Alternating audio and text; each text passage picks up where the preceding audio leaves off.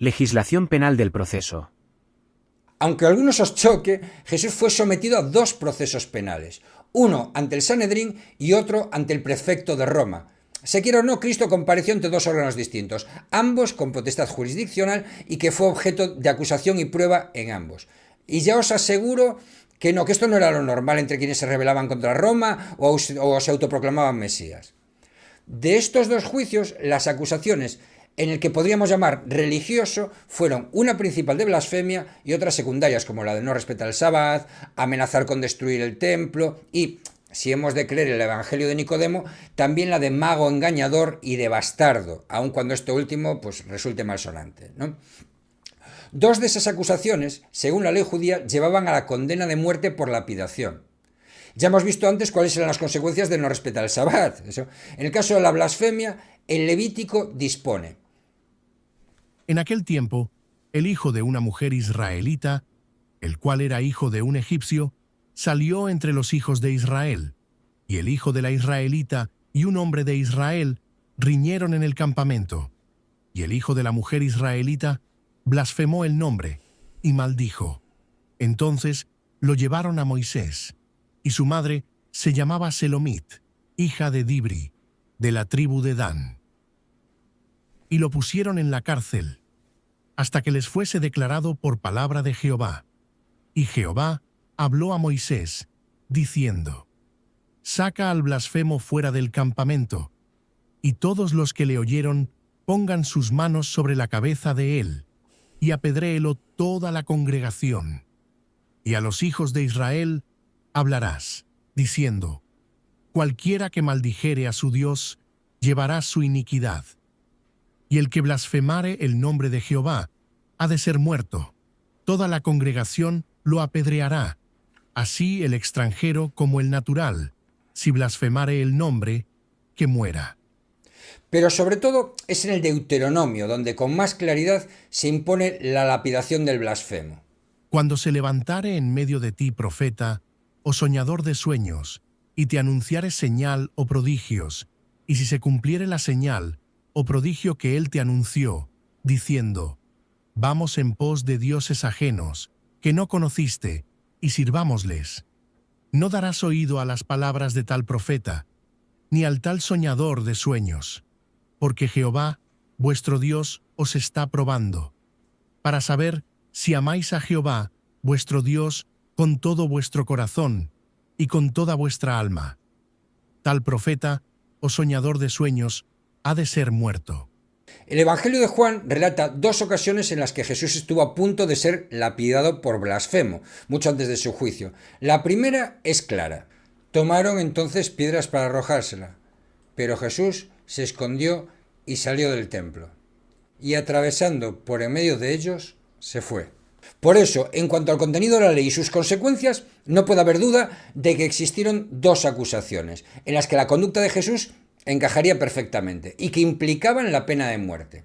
Nuevamente, Jesús demuestra que conoce las leyes al invocar la obligación de circuncidar en Sabbat, si en dicho día se cumple el plazo, por ejemplo, y de todas las normas vigentes, como solución a lo que llamamos concurrencia de normas, vuelve a proponer una reinterpretación de la jerarquía al afirmar: el día de reposo fue hecho por causa del hombre y no el hombre por causa del día de reposo. Es decir, toda norma debe servir al hombre, que después de Dios es lo más importante y a quien debemos amar como a nosotros mismos. Nadie puede negar que la rigidez y el formalismo extremos de los escribas e intérpretes de las escrituras hacen imposible adivinar cuál habría sido el sentido de la sentencia si se hubiera planteado en juicio en aquel momento. Debemos colocarnos siempre en la mentalidad de la época. Pero es que Jesús no se defendió en su juicio. Como veremos, se limitó a guardar silencio frente a las muchas otras ocasiones en las que debatió y combatió las opiniones de los rabinos. Con relación a la segunda de las acusaciones, la de blasfemia, Jesús no nos ha dejado una defensa jurídica ni una argumentación sobre la materia. Pero siendo Jesús un perfecto conocedor de la ley y sus consecuencias, y respetándola hasta el extremo de invocar que no se cambie en una coma, probablemente era consciente de que su doctrina le llevaba necesariamente a la muerte. También debió tener cierta importancia la acusación de Mánzer, hijo ilegítimo. Así en el Evangelio de Mateo se dice lo siguiente: El nacimiento de Jesucristo fue así. Estando desposada María su madre con José, antes que se juntasen, se halló que había concebido del Espíritu Santo. José su marido, como era justo, y no quería infamarla, quiso dejarla secretamente. Y pensando él en esto, he aquí un ángel del Señor se apareció en sueños y le dijo: José, hijo de David, no temas recibir a María tu mujer, porque lo que en ella es engendrado del Espíritu Santo es. De acuerdo con este texto, Jesús fue concebido fuera del matrimonio judío de José y María. Según la ley hebrea, esto implicaba la condición de manzerim, cuyas consecuencias eran gravísimas. Si leemos el Talmud, la acusación es más seria, porque se llega a afirmar que Jesús es hijo de María, peluquera, y de un soldado romano llamado Pantera. Mateo llega a insinuar que José pensó en abandonar a María, lo que habría convertido a esta en adúltera y a Jesús en bastardo. Aun así, técnicamente, Jesús era máncer, pues nació antes de que sus padres hubieran contraído y formalizado matrimonio religioso, sombra que le persiguió toda su vida. Y por eso, aunque Jesús fue un gran jurista con multitud de seguidores, nunca consiguió ser aceptado como intérprete de la ley ni fue investido con ningún tipo de sacerdocio. La explicación más lógica tiene que ver con su condición de mánfer, puesto que a estos les estaba vetado heredar, ostentar cargo alguno, responsabilidad, incluso ser miembro de la comunidad. Se juzgaba a un ciudadano de segunda clase, casi a un esclavo, que afirmaba ser el Hijo de Dios y por tanto tener naturaleza divina. A ver, semejante afirmación era aún más grave en la boca de un hijo ilegítimo que la de un rabí. La legislación romana. En cuanto a las normas romanas que regían en el momento histórico del juicio a Jesús, todas estaban contenidas en las 12 tablas y en las leyes que las desarrollaban. En la tabla octava se regulaban los delitos públicos, entre los que se contemplaba el de lesa majestad o contra el imperio. 6. Si alguno excitase de noche conmociones o motines en la ciudad, será condenado a muerte. 7. Si alguno llamase a los enemigos contra el pueblo romano o les entregase a algún ciudadano, será condenado a muerte. En el año 8 a.C., el emperador Augusto emitió una ley específica que reordenaba todos los delitos relacionados con la traición contra el imperio, la Lex Julia Majestatis. Así, en el ámbito investigador, la ley autorizaba al magistrado instructor a utilizar la tortura para descubrir los hechos. Y además, no existían las garantías procesales, Dicho de otro modo, la máxima autoridad judicial, que en el caso de Judea era el prefecto Poncio Pilato, determinaba qué entendía él por delito de lesa majestad. Cualquier cosa que él considerase que entraba en ese delito, entraba. Punto. Sin embargo, esta facultad no implicaba tampoco una total arbitrariedad o posibilidad de abuso de autoridad. Como sabemos, Roma significó para el derecho lo que Grecia supuso para la filosofía. Además de en Roma y en toda la península itálica, las escuelas de derecho proliferaron por todo el imperio y de hecho en el siglo I había una en Cesarea, capital de Judea, donde precisamente residía Poncio Pilato, por lo que es difícil creer que el prefecto no se rodease de los asesores necesarios para el ejercicio de la justicia.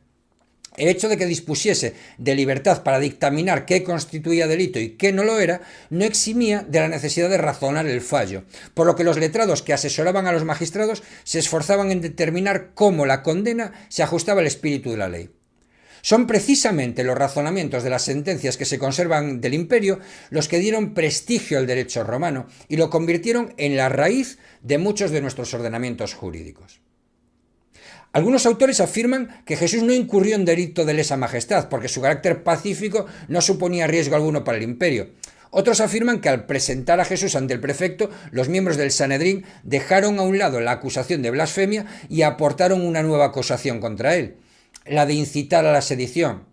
Pero si se analiza el relato de los últimos días de la vida del Nazareno, se puede apreciar que lo más seguro es que la acusación fuera única y estuviera íntimamente ligada.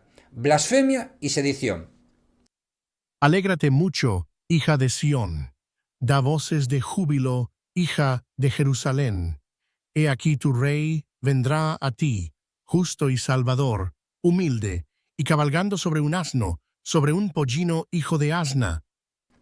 Jesús, en efecto, se acerca a Jerusalén a celebrar la Pascua y de nuevo demuestra conocer magistralmente las Escrituras, por lo que, para cumplir con la profecía de Zacarías, envía a 2 de sus discípulos a buscar un asna y un pollino con los que entrar triunfalmente como rey en la ciudad. Y trajeron el asna y el pollino, y pusieron sobre ellos sus mantos, y él se sentó encima. Y la multitud, que era muy numerosa, tendía sus mantos en el camino, y otros cortaban ramas de los árboles y las tendían en el camino. Y la gente que iba delante y la que iba detrás aclamaba, diciendo: Hosana al Hijo de David. Bendito el que viene en el nombre del Señor, Hosana en las alturas. El nazareno llega a la capital reclamando el título de rey descendiente de David, y por ello se cuida mucho y de forma deliberada de cumplir la profecía de Zacarías. Nuevamente demuestra su respeto a las Sagradas Escrituras y su intención de cumplir con ellas. Y no lo hace de forma discreta, sino que recorre la capital en loor de multitudes que le vitoreaban como un rey y reclamando a la vez la condición de Mesías y de sucesor de David. Hosana significa sálvanos. ¿Y de quién debía salvar Jesús al pueblo hebreo? ¿De sus rabinos? ¿Del yugo imperial? Jesús todavía no había predicado en Jerusalén, así que creer que la multitud que sale a aclamarle lo hace inspirada en su mensaje de amor al prójimo y que únicamente quieren la redención de su alma y la enseñanza de su doctrina es pecar de mucha ingenuidad. La multitud desea que Jesús les libere como rey, por lo que en primer lugar deberá quitarles de encima el sometimiento a Roma. Y por si con eso no hubiera dejado suficientemente clara su intención, se dirigió al templo y acometió contra los cambistas y vendedores, proclamando que aquella era la casa de su padre.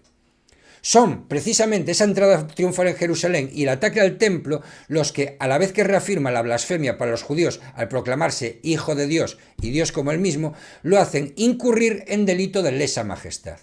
Se designó a sí mismo rey de Israel, por lo que no era necesario inventar una nueva imputación contra él ni buscar nuevos testigos. Aquel acto era al mismo tiempo una blasfemia y una manifestación radicalmente contraria al imperio.